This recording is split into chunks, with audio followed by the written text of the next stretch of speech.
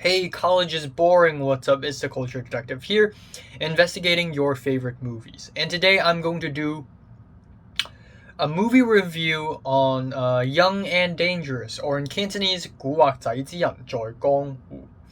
So, yes, ladies and gentlemen, I have returned to the next leg of my Hong Kong film review series where I review movies from where I'm at right now, and that is Hong Kong.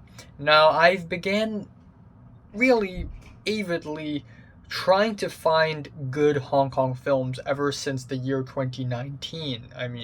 Or I think it was 2020. I think it was 2020 when I really started caring about Hong Kong films, and I watched a lot of Hong Kong films, from Stephen Chow comedies to Wong Kar-wai's art films, and for every leg of these reviews, I watch and review about 7 of these movies.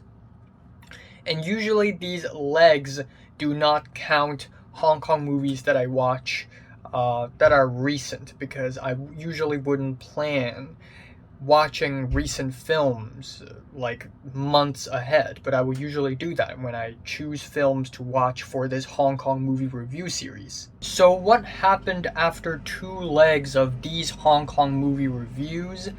I watched, I think, 3, or was it 2?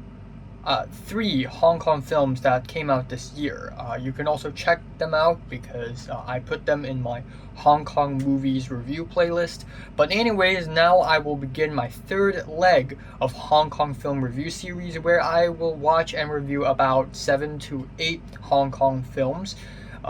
They could be great ones, they could be bad ones, they could be popular ones, and in this case, it is going to be a very popular one.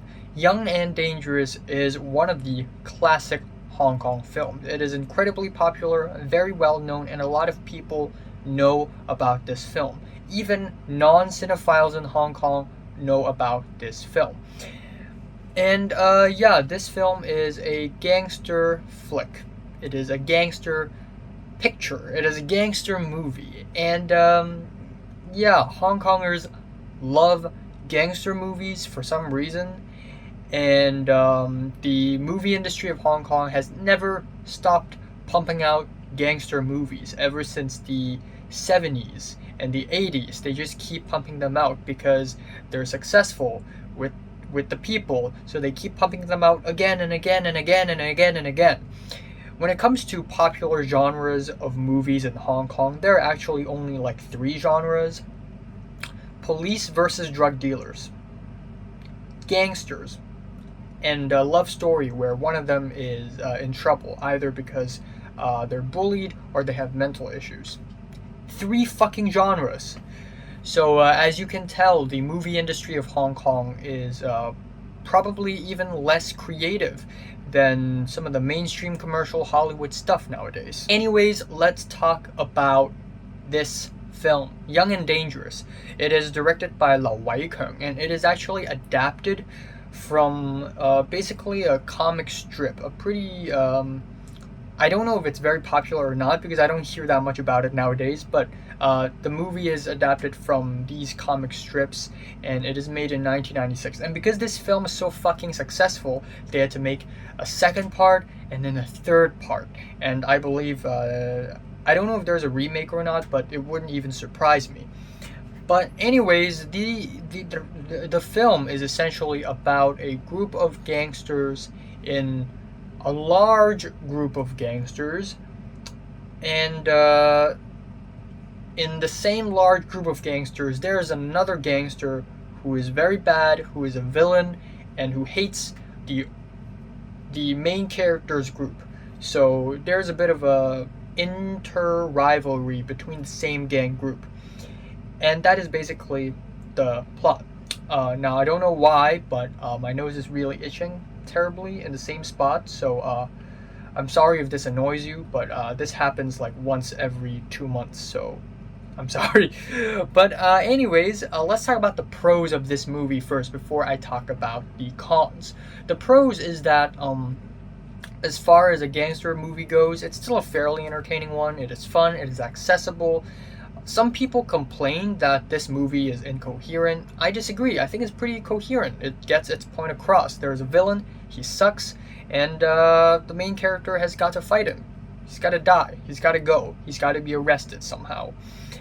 And I think this movie is kind of comedic as well. There are a lot of scenes in this movie that's meant to be fun and comedic. I think the priest character is hilarious. I also think the villain is great. I think Francis Ng Zhenyu as the villain is amazing. He does a real great performance. The very sore voice, the really hateable actions, the whole very I don't give a fuck posture, the whole vibe radiating from the villain is all really great. But that is as far as my compliments go for this movie, because the rest of the movie is just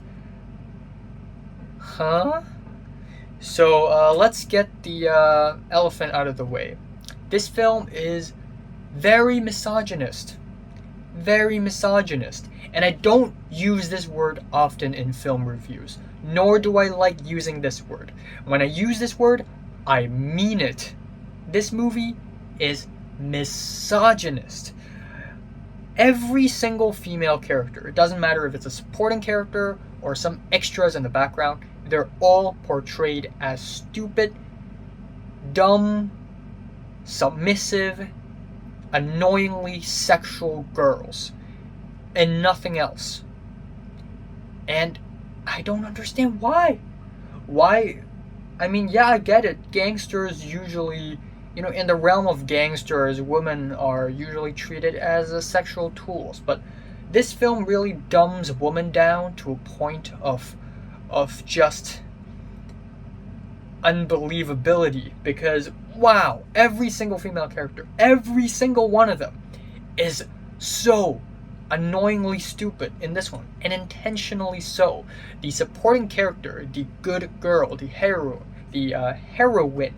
of the main character of the story, is a girl who stutters, and she is always used as comedic relief. She is very sexual.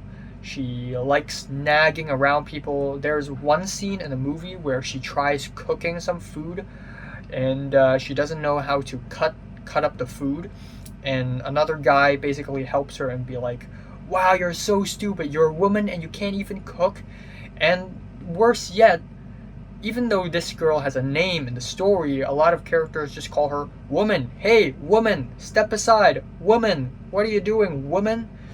And that is not the only character who is dumbed down. I mean, every single other girl is used as sort of this dumb sexual tool that doesn't really have a soul or anything, and it honestly just disgusts me, really. Next thing about this movie that I dislike is that the characters are really bland. But what else do you expect from Hong Kong film, really? I mean, the main character is your average generic good guy. I mean, yeah, he's a gangster, he does bad stuff, but he has a sense of justice. He's kind, blah blah blah. And then afterwards, I think one of the glaring issues that this movie has is that sometimes this movie just loves ripping off Wong Kar-wai. So Wong Kar-wai released Chungking Express in 1994, and it has made an impact in Hong Kong cinema with the very special slowed down frame rate, shaky camera scenes. And for Chungking Express, it is a really special style, because Chungking Express is supposed to be a very moody film about loneliness and dreaminess. So a style like this is totally fine. But for some reason, because Wong Kar-wai's techniques are so freaking good, the director of this film opted to use the same style in fight scenes. Are you serious?